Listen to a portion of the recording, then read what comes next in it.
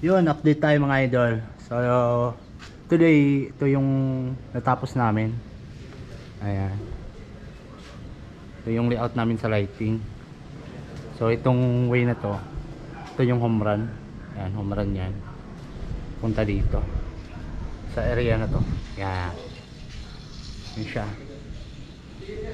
center light, tapos apat na pin light. Ayan.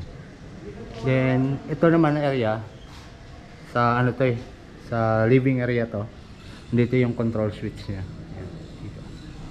Yan lang yung nagawa namin today. Then may mga additional dito na area. Bago yung mga height ng mga outlet. Dito na area bago din. Kasi nga medyo mataas yung mga height na ano dito ng outlet. So marami pa tayong ano dito gagawin, no?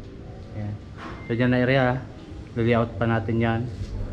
Then dito, ayan, malaki-laki pa ito mga idol, pati yung dito sa master bedroom.